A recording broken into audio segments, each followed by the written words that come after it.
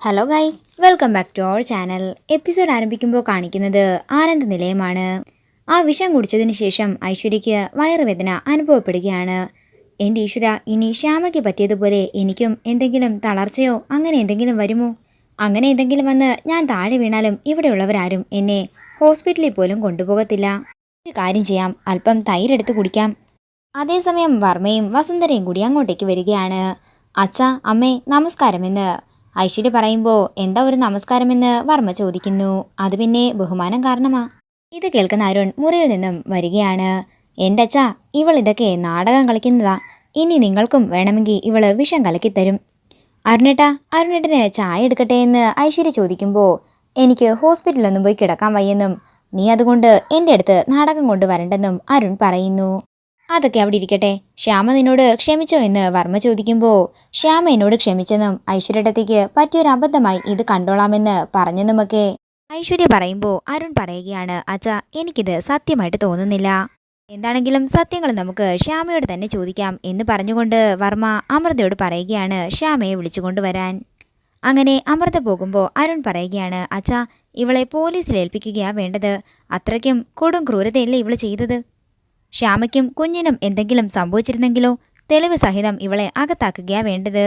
ഇതൊക്കെ കേൾക്കുന്ന ഐശ്വര്യ ഭയത്തോടെ അരുണിനെ നോക്കുന്നു. അതേസമയം അമൃത ശ്യാമയും അഖിലിനെയും കൊണ്ട് താഴേക്ക് വരികയാണ്. മോളെ, ഐശ്വര്യ നിന്നോട് ക്ഷമ ചോദിച്ചോ? നീ ഇവളോട് ക്ഷമിച്ചോ എന്ന് വർമ്മ ചോദിക്കുമ്പോൾ ഐശ്വര്യ പറയുകയാണ്, ശ്യാമ എന്നോട് ക്ഷമിച്ചു. അഖി എന്നെ കൊണ്ട് പ്രായച്ചിത്തവും ചെയ്യിപ്പിച്ചു. ഇത് കേൾക്കുന്ന ശ്യാമ പറയുകയാണ്, അച്ഛാ, അരുണേട്ടനെയും കുടുംബത്തെയും ഓർത്ത് ഒരു തവണ കൂടി ക്ഷമിക്കാം.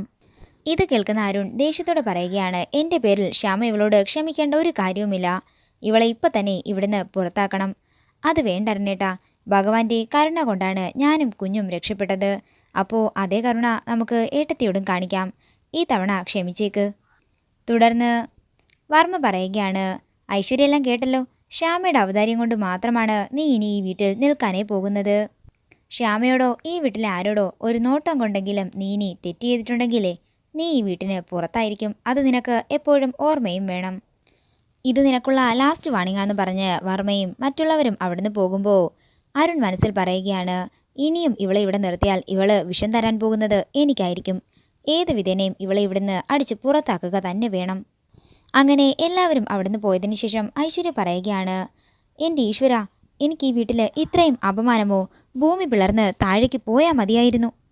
ആ പൊടി ചതിച്ചെന്നാ തോന്നുന്നത്. വല്ലാത്ത വയറുവേദന. അതേസമയം വസുന്ധര അങ്ങോട്ടേക്ക് വരുമ്പോൾ ഐശ്വര്യ വസുന്ധരയുടെ അടുത്തേക്ക് ചെല്ലുകയാണ്. അമ്മേ, അമ്മയ്ക്കും എന്നോട് ദേഷ്യമാണോ?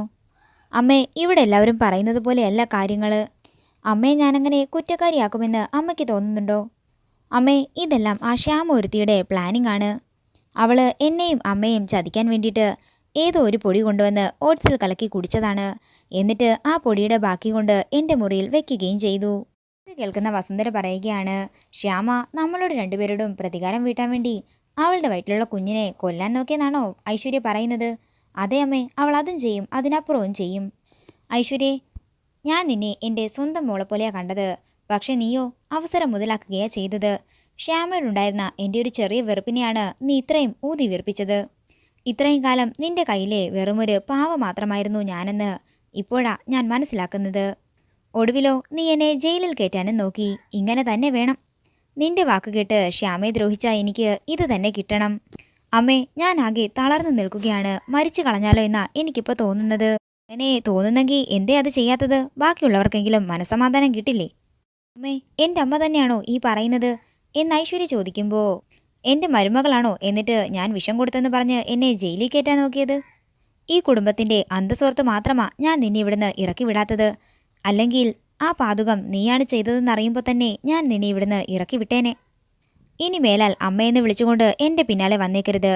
പിന്നെ ഇനിയും നീ ഇതുപോലെ എന്തെങ്കിലും ചെയ്താലേ നിന്നെ പോലീസിൽ ഏൽപ്പിക്കാൻ പോകുന്നത് ഞാൻ തന്നെ ആയിരിക്കും.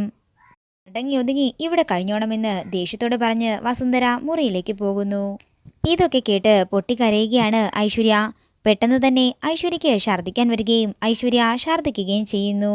ഇത് കാണുന്ന അമൃത ഞെട്ടലോടെ നിൽക്കുകയാണ്. എൻ്റെ ഈശ്വര, ഈ പൊടി ഇത്രയ്ക്കും അപകടകാരിയായിരുന്നു.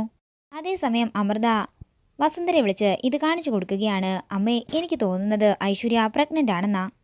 അമ്മ എന്താണെങ്കിലും ഇനി അവളെ കൂടുതലായിട്ട് വഴക്കു പറയാനൊന്നും നിൽക്കണ്ട. പിന്നീട് കാണിക്കുന്നത് അഖിലിനെയും ശ്യാമയുമാണ്. ശ്യാമയ്ക്ക് ചായ കൊണ്ട് കൊടുക്കുകയാണ് അഖിൽ.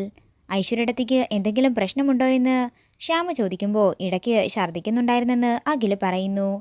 അഖിൽ സാർ, എനിക്ക് തോന്നുന്നത് ഇതിൻ്റെ പിന്നിൽ ഏട്ടത്തി മാത്രമാണെന്ന്. അല്ല, ആ അരുന്ധതിയും വിസ്മയയുമായിരിക്കും. അവർക്കല്ലേ ശ്യാമയോട് ദേഷ്യവും പകയുമൊക്കെ ഉള്ളത്. അല്ല, അവരാകാൻ സാധ്യതയൊന്നുമില്ല. തലയ്ക്ക് സുഖമില്ലാത്ത മകളെ പരിചരിക്കുന്നതിലാ ഇപ്പോൾ അരുന്ധതി മേഡം കൂടുതൽ സമയവും. അപ്പോൾ ഇനി ശ്യാമ കൂടുതൽ സൂക്ഷിക്കണമെന്ന് അഖിൽ പറയുമ്പോൾ അതെ, നമ്മുടെ കുഞ്ഞ നമുക്ക് പ്രധാനമെന്ന് ശ്യാമയും പറയുന്നു. പിന്നീട് കാണിക്കുന്നത് വയറുവേദന എടുത്തിരിക്കുന്ന ഐശ്വര്യയാണ്. അതേസമയം അഖിലും ശ്യാമയും കൂടി താഴേക്ക് വരുന്നു. അഖിലിൻ്റെ ഫോണിലേക്ക് മ്യൂസിക് ഡയറക്ടർ വിളിക്കുകയാണ്. ശ്യാമയ്ക്ക് ഓക്കെ ആണെങ്കിൽ നമുക്ക് റെക്കോർഡിംഗ് ഒന്ന് വെക്കാമായിരുന്നെന്ന് ഡയറക്ടർ പറയുമ്പോൾ ശ്യാമയ്ക്ക് ഫോൺ കൊടുക്കുകയാണ് അഖിൽ. ശ്യാമേ, സിനിമയുടെ ഷൂട്ടിംഗ് തുടങ്ങാറായെന്നൊക്കെ ഡയറക്ടർ പറയുമ്പോൾ എനിക്കിപ്പോൾ പ്രശ്നങ്ങളൊന്നുമില്ലെന്നും ഡോക്ടറെ വിളിച്ച് ചോദിച്ചിട്ട് എപ്പോൾ വരാൻ പറ്റുമെന്ന് പറയാമെന്നും ശ്യാമ പറയുന്നു. അതേസമയം ഇതെല്ലാം കേട്ടുകൊണ്ട് അവിടെ നിൽക്കുകയാണ് ഐശ്വര്യ. അങ്ങോട്ടേക്ക് വസുന്ധര വന്ന് ശ്യാമയോട് സ്നേഹത്തോടെ സംസാരിക്കുമ്പോൾ അതെല്ലാം ദേഷ്യത്തോടെ നോക്കുകയാണ് ഐശ്വര്യ. ഇത് കാണുന്ന വസുന്ധര ഐശ്വര്യ വിളിക്കുകയാണ്. എന്താ ഐശ്വര്യ, നീ എന്താ അവിടെ ന്യൂസ് പിടിക്കുകയാണോ? ഇത് കേൾക്കുന്ന ഐശ്വര്യ പുച്ഛത്തോടെ മുഖം തിരിക്കുമ്പോൾ വസുന്ധര ചോദിക്കുകയാണ്, നീ എന്തിനാ മുഖം വെറുപ്പിക്കുന്നത്? ചോദിച്ചതെന്താ, നിനക്ക് ഇഷ്ടപ്പെട്ടില്ലേ? ഇത് കേൾക്കുന്ന ശ്യാമ വസുന്ധരയും ഐശ്വര്യയും നോക്കുകയാണ്. ഇതോടുകൂടി ഇന്നത്തെ എപ്പിസോഡ് ഇവിടെ തീരുകയാണ്. വീഡിയോ ഇഷ്ടമായെങ്കിൽ മറക്കാതെ ലൈക്ക് ചെയ്യുക, ഷെയർ ചെയ്യുക, കമൻറ്റ് ചെയ്യുക. കൂടുതൽ സീരിയൽ അപ്ഡേറ്റ്സിനായി മറക്കാതെ സബ്സ്ക്രൈബ് ചെയ്യുക നയൻസ് ക്രിയേഷൻസ്.